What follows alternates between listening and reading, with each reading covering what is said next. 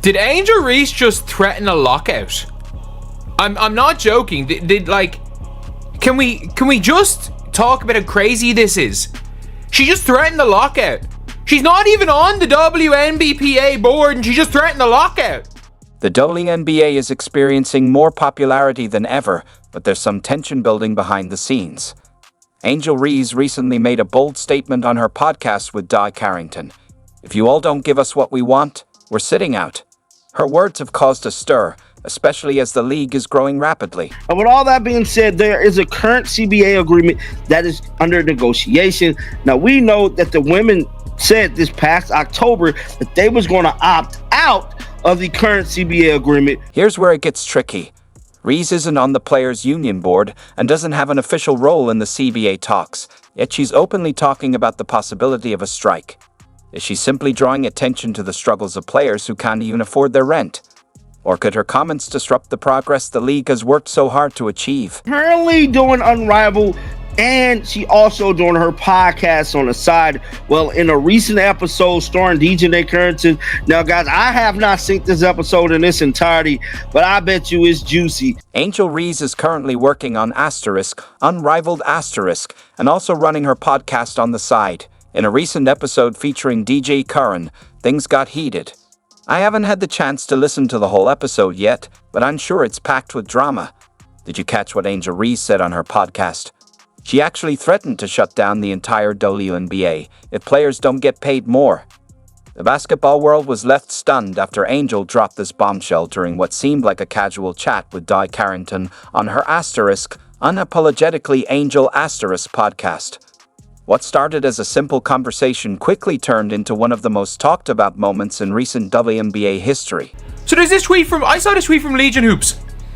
If y'all don't give us what we want, we sitting out.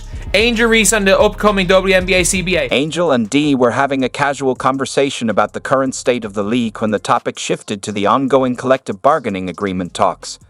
That's when Angel dropped the bomb, saying, if y'all don't give us what we want, we're sitting out. Almost like she was making an official statement. DJ Carrington didn't try to backpedal either. She just nodded along, agreeing that a strike is definitely a real possibility for the players. I can't wait. Girl, y'all benefited from everything. Y'all youngins benefited from NIL. What does that mean? We deserve more. Everybody. I agree. Everybody. I agree with that. But we got to get face the consequences. Y'all got to deal with something. But the women coming in, not this year, but next year. Yeah. The ones coming in this year will still be on the rookie contract again. Mm-hmm. The ones that the year after, they going to get more. They probably going to be making more than us. They are. I'm hurt. They are. Yeah. I've been in the meetings. They are. I need to get in the meetings. You need to come to the meetings. I got to get in the meetings because I'm hearing they don't give us, if y'all don't give us what we want, we sitting out. That's a possibility, for real. Here's what makes this even crazier. Angel Reese isn't even on the WNBA Players Association board. She has no official role in the negotiations, yet she's making these big statements about a potential strike. She's basically speaking for the entire union without holding any leadership position.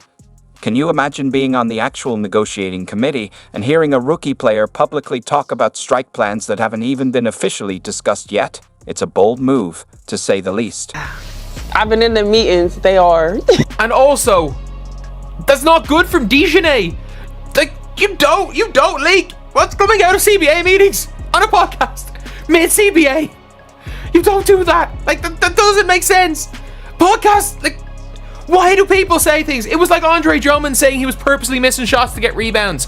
Why do people feel comfortable saying whatever the hell they want in front of a podcast mic? This isn't just casual podcast talk. It's a serious threat that could jeopardize the entire league at a time when women's basketball is finally getting the mainstream attention it deserves.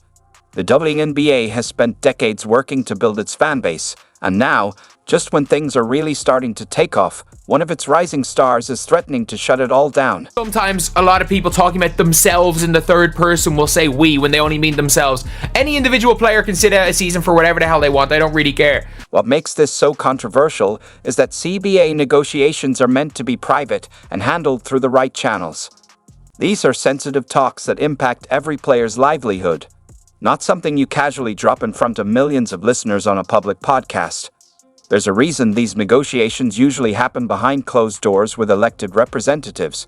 to ensure they're handled properly and discreetly. By the way, I have no issue with the players threatening to sit out, just not via a podcast. Go through the union. Be smart about it. The timing of Angel's comments couldn't be worse for the league. The WNBA just landed a huge $2 billion TV rights deal that's expected to change the financial game for women's basketball. Viewership is through the roof, social media engagement is at an all-time high, and new fans are tuning in to watch stars like Caitlin Clark and Angel herself. But all that momentum could come to a halt if players choose to sit out. These ladies go on strike. What does that mean for that TV deal? Like, they gonna have to owe them networks back their bread, bruh. They gonna want their bag back. I just gotta keep it real. Here's where it gets really interesting. When a player who isn't even on the negotiating committee starts making strike threats, it completely undermines the entire structure of the players' union. The Players Association has elected representatives whose job is to handle these sensitive negotiations. By going public with strike talk, Angel is essentially bypassing those official channels and trying to apply pressure from the outside. They said that DiJonai Carrington, is she on the board? I think she is on the board.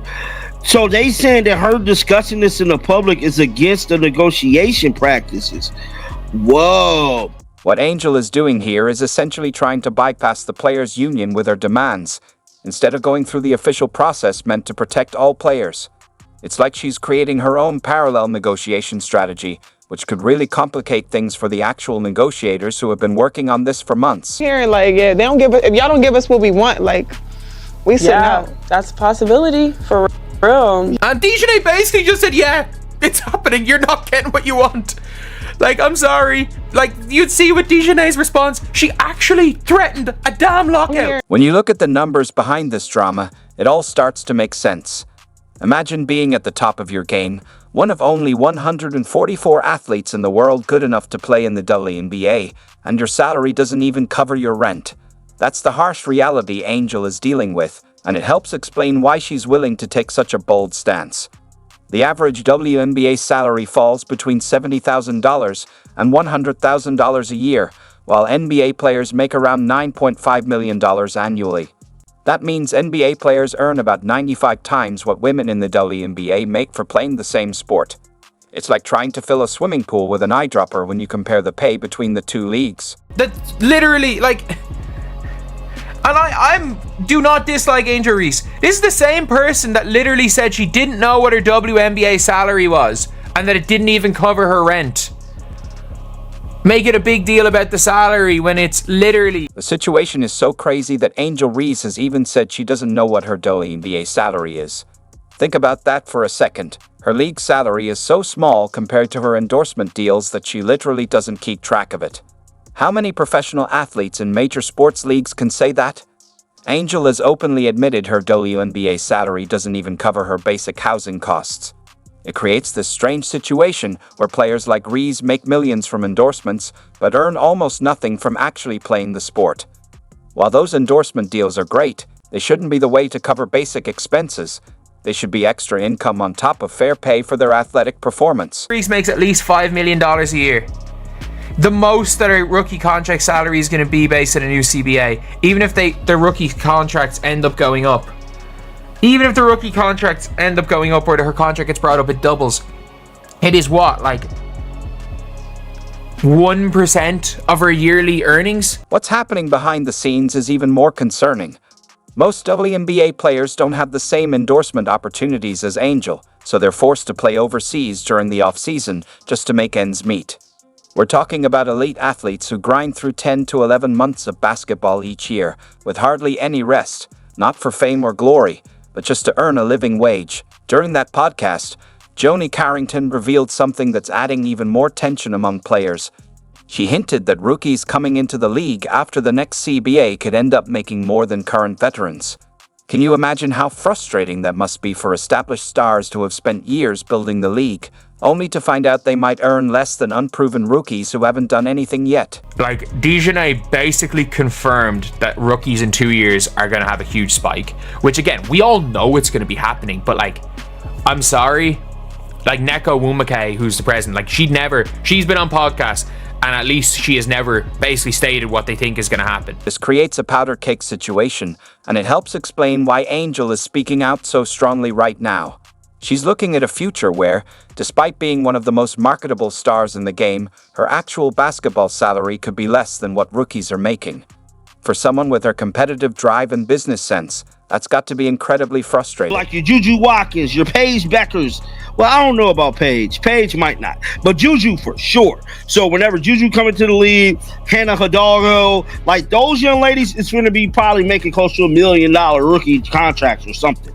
But Angel Reese is letting it be known that, well, if they're going to make more than we had to make and we're bigger stars than them, guess what? We're going to sit out. Imagine the collective heartbeat of a rising league suddenly hitting pause, with players demanding more money. It makes perfect sense on one hand. But then, you realize that walking away from the game right now could cost them everything they've worked for. The WNBA is finally breaking through, with viewership skyrocketing by an incredible 200% this season, merchandise flying off shelves, and an energy around women's basketball we've never seen before. But what happens to all that momentum if the game suddenly comes to a halt? And who will really suffer the most? Yeah, they can genuinely see what their pull is. They can go and start a lockout. I don't think that would be the smartest thing in the world, because if they do end up going for a lockout, while women's basketball is on this crazy upwards trajectory, it's going to stop that trajectory there, and maybe they get a little bit less this CBA, but the next CBA they've got all the leverage. And like they might be in a position where the WNBA might be able to buy out part of what the NBA owns. A strike right now could undo all the progress women's basketball has made. The sport is finally thriving. Fans are engaged, viewership is rising, and momentum is strong.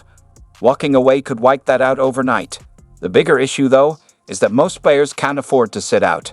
While Angel Reese has endorsement deals, many others depend on game checks just to pay rent. A strike could split the league, with superstars pushing for change while others struggle even more if games stop. Plus, if the league loses TV money and the funds that could boost salaries, they risk hurting their own cause. The NBA has financially supported the WNBA for years, investing millions before it reached this tipping point of success. I agree. Everyone. I'll agree with that. Especially because of the revenue the league is generating right now, but again, it's probably less than they think because the WNBA owns a very small proportion of the league, and just the way things are with American sports leagues, you can't just have a rich owner willing to pay crazy amounts of money like you can in other sports leagues.